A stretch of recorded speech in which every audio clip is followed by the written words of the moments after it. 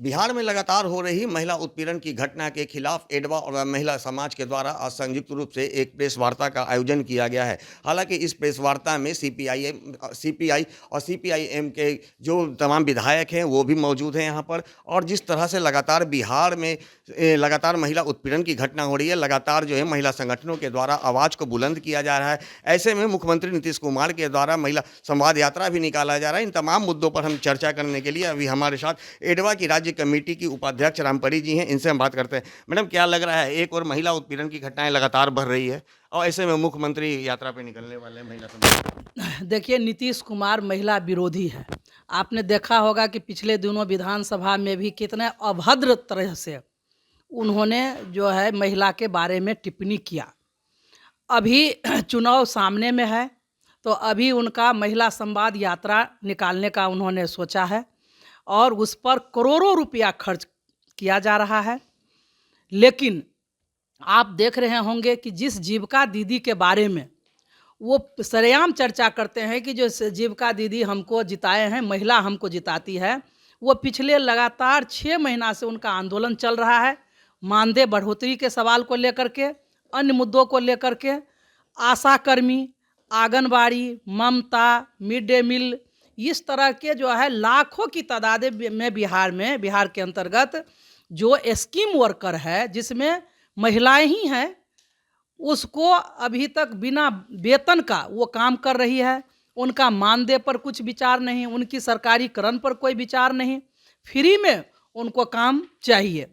जो बिहार के अंतर्गत कई लाख की संख्या में जो समूह चलाने वाली महिलाएं हैं, वो निजी बैंक से लोन लेकर के वो आत्महत्या कर रही है, क्योंकि वो इतना भारी भरकम किस्त नहीं चुका सकती है। आखिर इस महिला फाइनेंस कंपनी को संरक्षण कौन दे रहा है? ये सरकार की तरफ से संरक्षण मिल रहा है।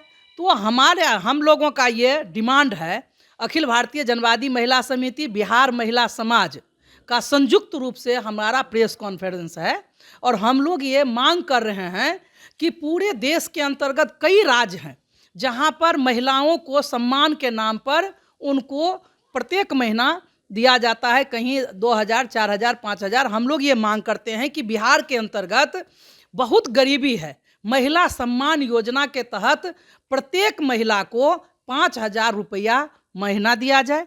इसके साथ साथ जो भी स्कीम वर्कर है, आशा, ममता, जीविका दीदी, 25,000 रुपया महीना उसको मानदेय दिया जाए। जो वृद्धावस्था पेंशन है, सामाजिक सुरक्षा पेंशन, विधवा, वृद्ध, विकलांग को 3000 रुपया दिया जाए।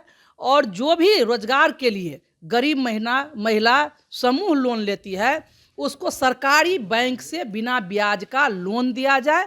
और इसी तरह से आज मुजफ्फरपुर शेल्टर होम हो या दूसरे भी जो सुरक्षा गृह है जहां पर बच्चियां और महिलाएं सुरक्षित नहीं है, उस मुद्दा पर भी मुख्यमंत्री को गंभीरता से सोचना चाहिए और वहां जो अपराधी जिस तरह की कारनामे करते हैं, कड़ी से कड़ी सजा दी जाए। और इन मांगों को लेकर के सिर्फ प्रेस कॉन्फ्रेंस ही हम लोग नहीं कर रहे हैं, बल्कि अभी जो महिला संवाद यात्रा मुख्यमंत्री का निकलने का है, हम लोग योजना बनाएंगे और जहां जहां उनका जाएगा यात्रा होगा, हम महिला समिति और महिला समाज और भी महिला संगठन को इकट्ठा करके हम लोग विरोध करेंगे। और बिहार विधानसभा के बाहर भी हम लोग इसका बहुत ज़बरदस्त आंदोलन करेंगे, क्योंकि बिहार के अंतर्गत महिलाएं बिल्कुल असुरक्षित है। किसी तरह का आर्थिक सहायता नहीं दी जाती है। सिर्फ ये सरकार अपने यात्रा में करोड़ों रुपया खर्च कर रहे हैं और महिलाओं को सिर्फ झांसा दिया जा रहा है, उसको जो है डपोर संघ की नारा दिया जाता है, उनको ठगा जाता है, वोट बैंक समझ रखा है। विरोध करेंगे आप लोग? मैडम, सवाल ये भी है कि जिस तरह से जीविका दीदी पिछले 3 महीनों से सितंबर से ही आंदोलन में है और 2 दिन पहले भी गर्दनी बाग में काफ़ी बड़ी संख्या में एकजुट हुई थी, लेकिन इस पूरे आंदोलन से पूर्व उनके प्रदेश अध्यक्ष को, प्रदीप कुमार सिंह को जो है पुलिस के द्वारा हिरासत में लिया गया था। इस घटना को कैसे देख रहे हैं? क्योंकि प्रदीप सिंह कह रहे हैं कि पुलिस ने जिस तरह से हिरासत में मुझे लिया है वो जस्ट लाइक एक अपहरण का तौर था। देखिए, ये जो है लाठी गोली की सरकार है।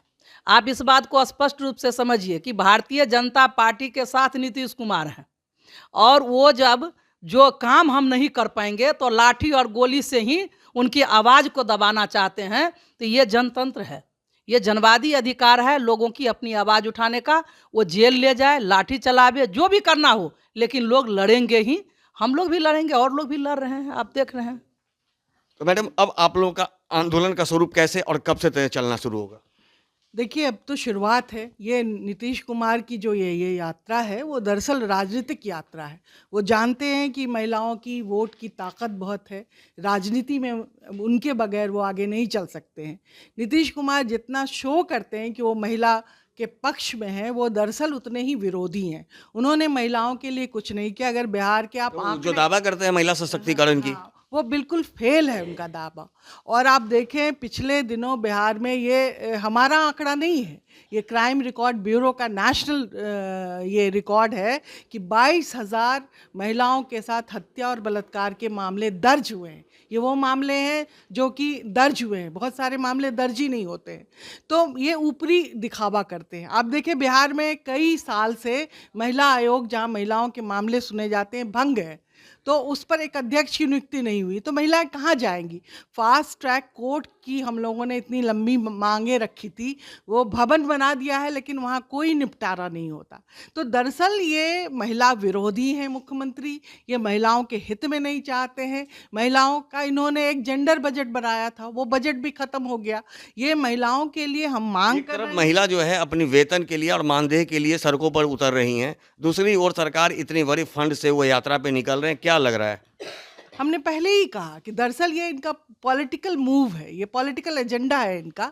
इनको महिलाओं के दुख दर्द से कोई मतलब नहीं। अगर मतलब रहता तो ये कम से कम बिहार के अंदर ऐसी महिलाओं के पूरे राज्य में देखें आप, अलग अलग योजनाएं हैं। अभी झारखंड में मैया योजना है या लाडली सम्मान योजना है। हम लोग मांग कर रहे हैं कि आप बिहार के अंदर भी सभी महिलाओं को 5,000 रुपये महीने दीजिए और इसके साथ साथ फास्ट ट्रैक कोर्ट सुनिश्चित करिए, महिलाओं पर हिंसा नहीं हो। लेकिन अब सवाल ये उठता है कि आप लोग लगातार विरोध कर रही हैं, कहती हैं महिला सशक्तिकरण की बात महिला के विरोध में है मुख्यमंत्री नीतीश कुमार, लेकिन हालिया के दिनों में अगर देखा जाए तो 4 सीटों पर उपचुनाव हुए, ऐसे में तो उन्हें पूरा समर्थन मिला, चारों सीट उन्हें आप लोगों ने जिता दिया। भाई देखिए, वोट और नोट की राजनीति अलग होती है ना? और जो ज़मीन पर जो है काम होता है वो अलग होता है।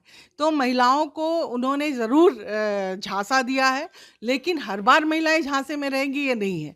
इसलिए ये मांग कर रहे हैं। आप देखें कि जो हमारा 50% आरक्षण की मांग कर रहे थे, वो बीजेपी के साथ सरकार में है। बीजेपी ने एक नया उसमें लगा दिया है कि वो जनगणना होगी, परिसीमन होगा। तो बीजेपी तो झूठ बोलती है और ये भी झूठ बोल रहे हैं। तो हम लोग यही मांग कर रहे हैं कि आप इस तरह की महिलाओं के साथ धोखा नहीं करिए। इस आंगनबाड़ी सेविका, रसोइया के आंदोलन चल रहे हैं, उनके वेज बढ़ाइए, उनके वेतन बढ़ाइए। इन तमाम मांगों को लेकर हम सड़कों पर भी आएंगे। शुक्रिया। आपको लगता है प्रेस कॉन्फ्रेंस शुरू करना? तो जैसा कि आपने सुना, जो महिला संगठन की जो नेत्री है, इनका सीधा आरोप मुख्यमंत्री नीतीश कुमार पर है कि चूंकि मुख्यमंत्री नीतीश कुमार लगातार महिला सशक्तिकरण की तो बात करते हैं, लेकिन उसे धरातल पर नहीं उतारा जाता है। ऐसे में अब महिला संगठन ने एकजुट होकर के उनके महिला संवाद यात्रा का विरोध करने की भी तैयारी में जुट चुकी है। अब देखना यह है कि जब मुख्यमंत्री नीतीश कुमार महिला संवाद यात्रा पर निकलेंगे तो उनका कितना कुछ विरोध हो पाता है। सहयोगी अनिल के साथ ज्ञानेंद्र वर्मा, दर्शन न्यूज, पटना।